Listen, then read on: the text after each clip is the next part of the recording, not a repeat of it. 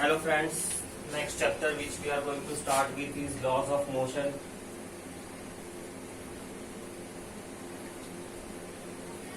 Laws of motion, not laws of motion. This refers to the standard 9. Basic concepts are introduced in this chapter regarding the laws of motion, right?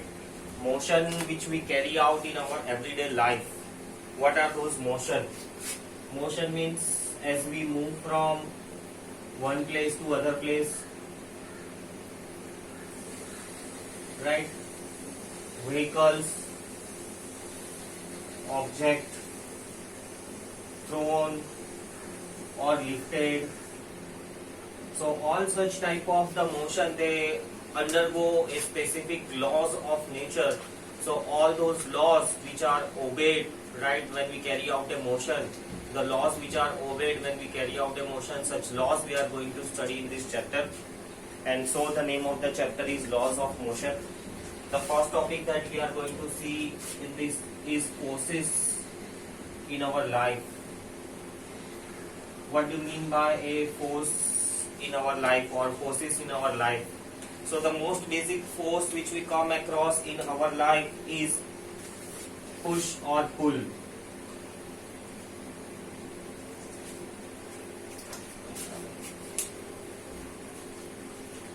Right, the most basic force which we come across is a push or a pull. Then how do we define a force? Force we define as an external agent which change or tend to change the direction of motion,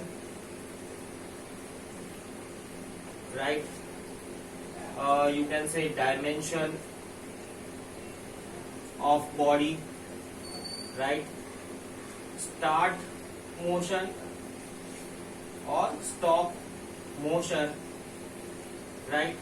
When such effects are created, we say force is acting on the body.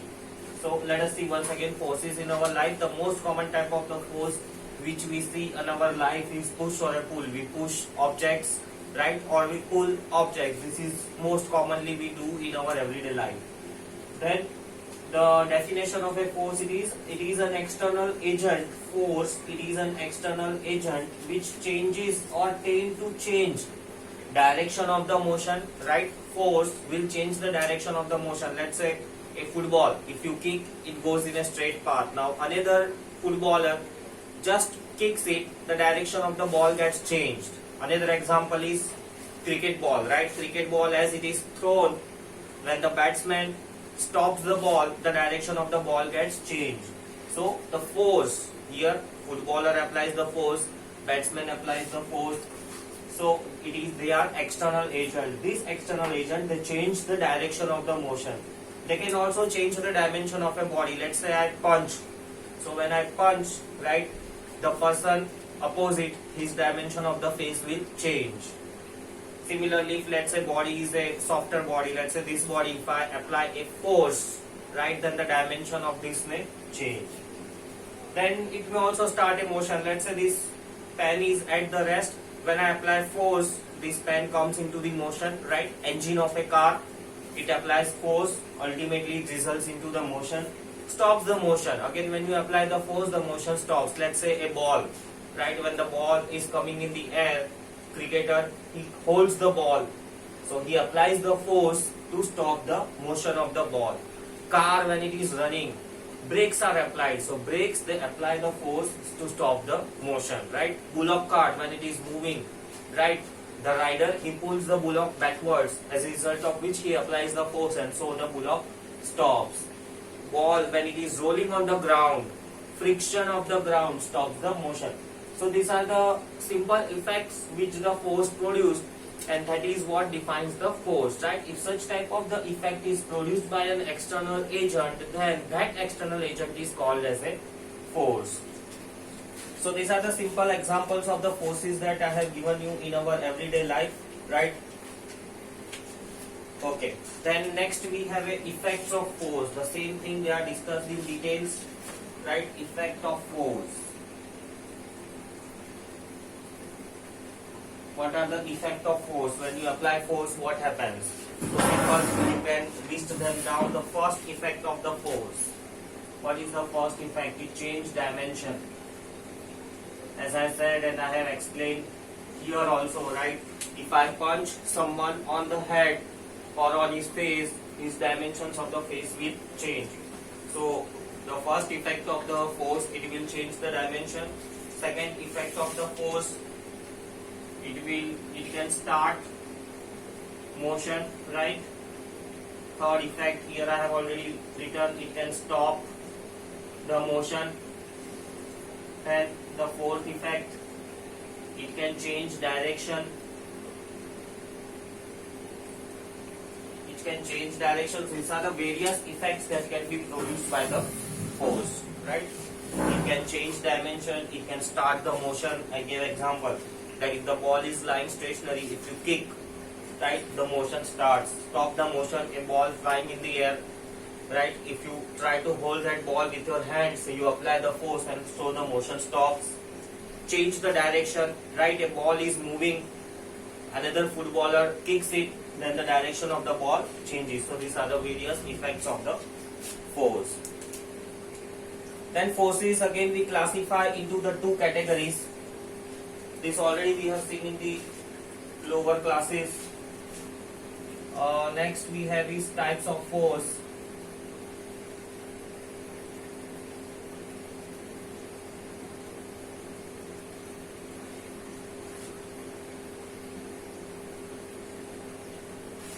Next we have the types of force. So what are the different types of the force? Types of the force we classify into two categories. One is the contact force, right, and the other one we have is a non-contact force. What do you mean by a contact force and what do you mean by a non-contact force? If chuachat happens, chuachat in the sense, if the physical contact is made, then the force is called as a contact force. Here in the contact force, compulsory physical contact is observed, or you can say physical contact is there, but in the non-contact force, no physical contact, right? Let's say I slap someone, so that will be categorized as a contact force. Let's say if I do and some person in the opposite side, he gets a shock, that is non-contact force. I just did an action, right? I have not actually hit on his head, but he has just got a shock. So non-contact force. However, there are many examples of a contact and non-contact force which really exist. The one which I gave, that is just for the explanation, right? So contact force are those which need a physical contact, right? And non-contact force is one which does not need a physical contact. Contact force, here we have a act through rigid connector, and similarly for the non-contact force we write down that it act at a distance, right? Rigid connector means both the bodies must be in contact either directly or through some rigid medium. So let me give the example. Bat when I hit on someone's head, so bat act as a rigid connector which transmits the force of my hands to someone's head. So that is the example of a rigid connector, right? When you are fetching a water from the well, again the rope, it is a rigid connector which helps to transmit the force, right, and ultimately bucket rises up. So that is the meaning of a rigid connector. The best examples of the contact forces are frictional force. Then another example is normal reaction. We'll see what is normal reaction. Then another example of the contact force which act through the contact. Fine, let there be two. Then the examples of the non-contact force, gravitational force, right? We know that sun being very far, it is able to attract the earth. So gravitational force, example of a gravitational force, there is no rigid contact between the earth and the sun, right? It acts at a distance. Sun and earth are very far. I will write down here example as a sun and earth. Then magnetic force. Magnetic force, again it acts as a distance, right? I place one magnet here and another magnet here. Will there be any attraction? Most probably practically no. But if the magnets are placed close to each other, they get attracted. But let us say if there are very huge magnets, if those are the huge magnets, then they get attracted even from such a far distance towards each other. So magnetic force, it is again an example of a non-contact force or a force at a distance. Then another example is electrostatic force. Electrostatic force is another example of a non-contact force, right? Electrostatic force means when you rub the comb on the dry hairs, when you rub comb on the dry hairs, that comb is able to attract the small pieces of paper. So attraction of the small pieces of paper that act from the distance, so that is called as a electrostatic force. Even if you rub scale on the dry hair, or if you rub scale on the, let's say, a silky cloth, right? And if you try to attract the hairs on the hands, they get attracted towards the scale. So again, it is a force at a distance, and such force it is called as a electrostatic force. How does this force comes into existence? I'll give you just an idea. However, we don't have this topic in detail right now. So how does this electrostatic force comes into detail? It comes into existence due to deficiency or excess of charge. Due to such condition, electrostatic force comes into existence. So these are the examples of contact and non-contact forces. So there are two more forces which are discussed here, which they fall under the contact force. That is the tension and collision, right? So what is the tension? Tension means you can say the regenerating force or the resistive force that are generated within the object. Example, let's say I try to bend this pen, then the tension is generated in the pen. What do you mean by tension? Tension means it is a reactive force which is generated inside the pen, which tries to bring the pen in its original dimension. See, I apply the force, tension is generated, and tension brings the pen back to its original dimension. Similarly, let's say I apply the tension on my finger. So tension is produced. As soon as I release the force, the tension will try to bring the finger into its original position or shape. So that is the tension. Collision. Collision means when the two bodies collide, accident happens, right? The force which act between the two bodies when they are colliding, right? That is called as a collision force. Now let us see all these forces in the terms of a diagram. The diagrams are most important to represent the forces. So let us see them. So first we will see the diagram about the frictional force. So how do you draw and denote a frictional force? These diagrams, these are the building blocks of the advanced physics, right? You will have to draw and explain the various forces acting on the body, right? So let us say a simple diagram I draw, that some box is kept on the surface. When some box is kept on the surface, it remains at the rest, right? Now let us say I try to push it with some force F1. I am pushing the box with some force F1. What will happen? Will the box start moving? Initially the box will resist. It will resist to move. Why? Because frictional force denoted by the small f. Frictional force denoted by the small f. It is acting in the opposite direction. Frictional force denoted by the small f. This is friction acting in the opposite direction. So this will not allow the body to move. But we slightly increase the force, then the body starts moving in the forward direction. So that is how you denote the force and then the frictional force. Frictional force always act in the opposite direction to that of the motion. So this is the diagram representing the frictional force, right? If force F1 is applied in this direction, frictional force will act in the opposite direction. Let's say again, if I say a car,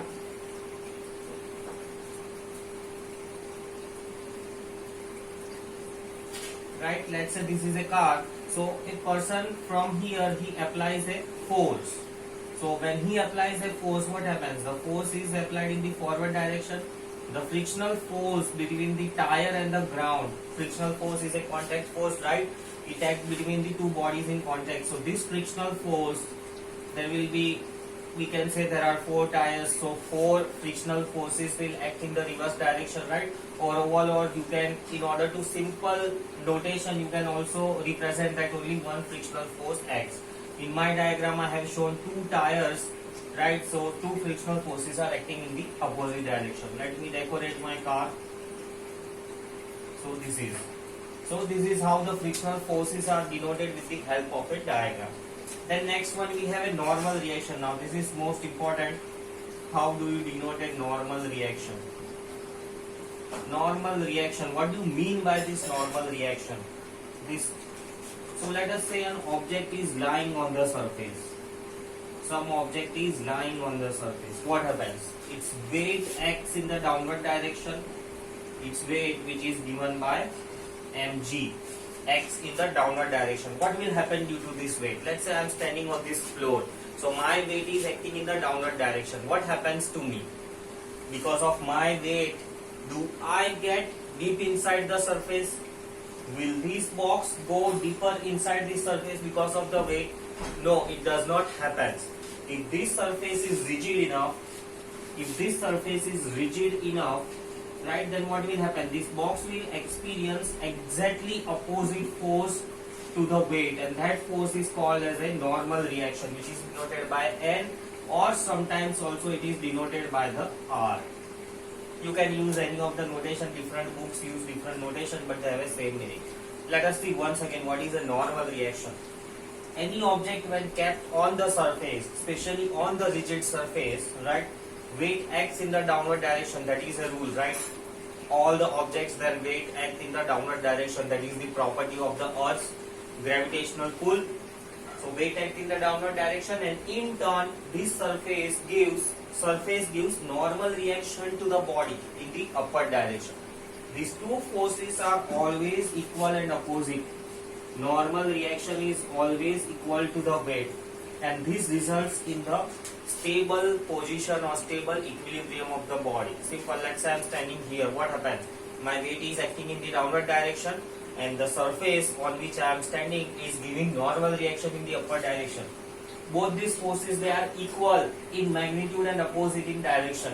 They cancel each other's effect, as a result of which I am stable. Let us say if one of them is greater, what happens? Now under the condition when one of them is greater, so that greater or smaller, it happens in the case when the surface is non-rigid.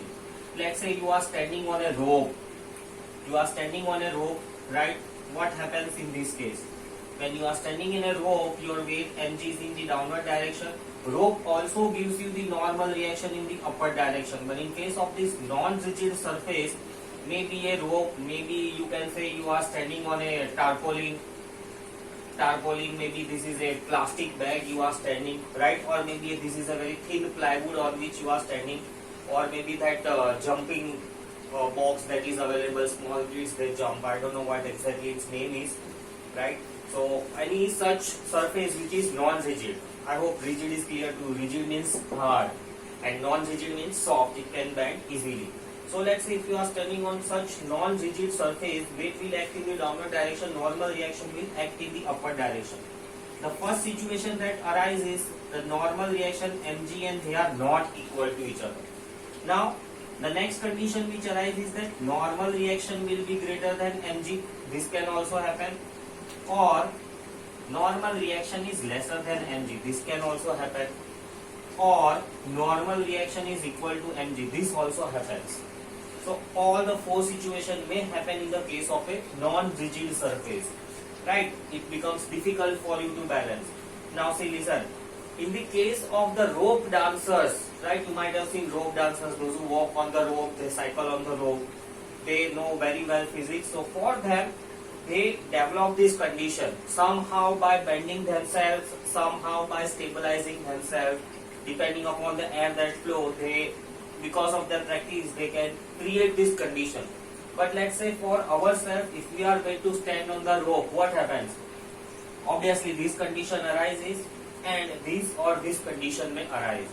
If weight mg is greater, let's say 500 kg, man is made to stand on the rope or on this non-rigid surface. What happens? Weight will dominate, person will fall down. So here, person falls down in the sense he breaks the surface and falls down. If this condition arises, then person fly up. Normal reaction is greater, so he will fly away, right? So simple it is. This condition you may also observe, as I said, on those surfaces where the kids they jump, right? So under those conditions, when the surface is non-rigid, one of these condition arises. Again, here you have represented with the help of the diagram, right? Person standing, weight acting in downward direction, normal reaction in the upward direction. Then the different cases you have denoted. So this is a scientific notation of the situation that may arise in the case of a non-rigid surface. This is in the case of a rigid surface. In the case of a rigid surface like this floor, right, a thick wooden plank, these conditions arises. Non-rigid surface, I said, maybe on the branch of a tree, right, a branch of a tree which is not very thick. So this is about the normal reaction. Next, me frictional force and the normal reaction we have discussed. Next, we move on to the tension. Now, what is the tension? So let us say from a rigid surface, if you are hanging something, right? Let's say this is a rigid surface, and from this rigid surface, if you are hanging a ball, a metallic ball, what happens? Again, the weight mg acts in the downward direction. What? Will there be any normal reaction? Obviously no, there is no rigid surface here. Normal reaction it is given by a surface. Maybe rigid, maybe non-rigid. If it is rigid, normal reaction will exactly be equal to weight, and if it's not rigid, then any of the condition may arise. But here there is no surface at all. So against the weight there is some tension developed in the string, right? In the condition, now here also there are many condition arises. The first condition is either the tension is equals to mg, or tension is greater than the mg, or tension is lesser than the mg, right? So under all these conditions, let's say if the first condition tension is equals to the mg, then what happens? Equilibrium. Equilibrium means this ball or metallic ball will remain as it is. Something is hanging. Let's say you are hanging from the surface. You will remain in the equilibrium. Tension is more than the mg. Tension is more than the mg. This happens in the case when this rope, right, happens in the case when the rope is non-rigid. Non-rigid means it is elastic type. So let's say if you hang from the elastic, what will happen? Elastic will again try to pull you up. Again the weight will bring you down. Tension will pull you up. So up and down, such type of oscillations will start. So when the rope is non-rigid, such type of condition occurs, then what will happen?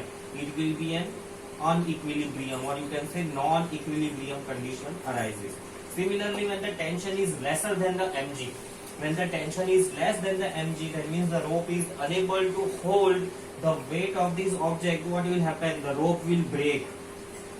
Rope breaks and the object falls down. Right? Let us say with a very small thin string, a kite flying string. With that string, if you try to pull yourself, or if you try to hang yourself with that kite flying string, what will happen? This condition will arise. Tension will be lesser than mg and you will fall down. And the next case we have is collision. How will you? So this is a diagram to denote the tension. Right? You don't have to denote the rope, just E and mg. Two forces you have to denote. Frictional force, this is the diagram. Again you denote the force in action, and this is a reactive force. Here also you denote the force in action and reactive force. So diagrammatic notation of the forces, you must know that. And these are the detailed conditions which arises. Then next we have is a collision. So when two bodies collide, what happens? When two objects collide, what type of a diagram you will draw? Let's say this is one of the object and this is another object, right? Let us say both the objects are moving towards one another. This is the object A, this is the object B. So object A is moving with a force A towards A and object B is moving with a force D towards one another. It is just like two cars are moving towards one another, two boys they are running towards one another, or maybe this is a truck moving towards a car. Any of the situation we'll discuss. What happens next? Both the bodies they collide. As soon as both the bodies collide, right, forces will get exchanged. If both the bodies are of same dimension, right, A and B are identical, then the forces will get exchanged. B will get the force of A and A will get the force of B. Just like a person similar to B, when we both collide, what happens? I also move backward, the other person also moves backward. So here let us discuss the situations. Those situations may be like this. A is greater than B. Let us take first A is equal to B, A is greater than B, A is lesser than B. When A is equals to B, what happens? Forces are exchanged, as I have shown here. When the A is greater than B, so in this condition what happens? When the A is greater than B, so after collision what will happen? Both of them they will combine and start moving with the force of A. It is just like, let us say, car, a truck, right? A is truck and B is a car, or maybe a cycle or a scooter. So what happens when a truck collides with a scooter or a car? Truck keeps on moving with its own speed and drags the car along with it. So such situation arises when the size of the A or mass of the A is much higher than the B. Then the next condition is A is smaller than B. Again the same condition, but it will be in the reverse direction, right?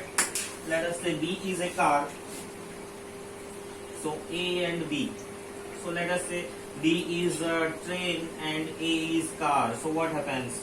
Nothing happens to the train. Car is dragged along with the train with the force of the train.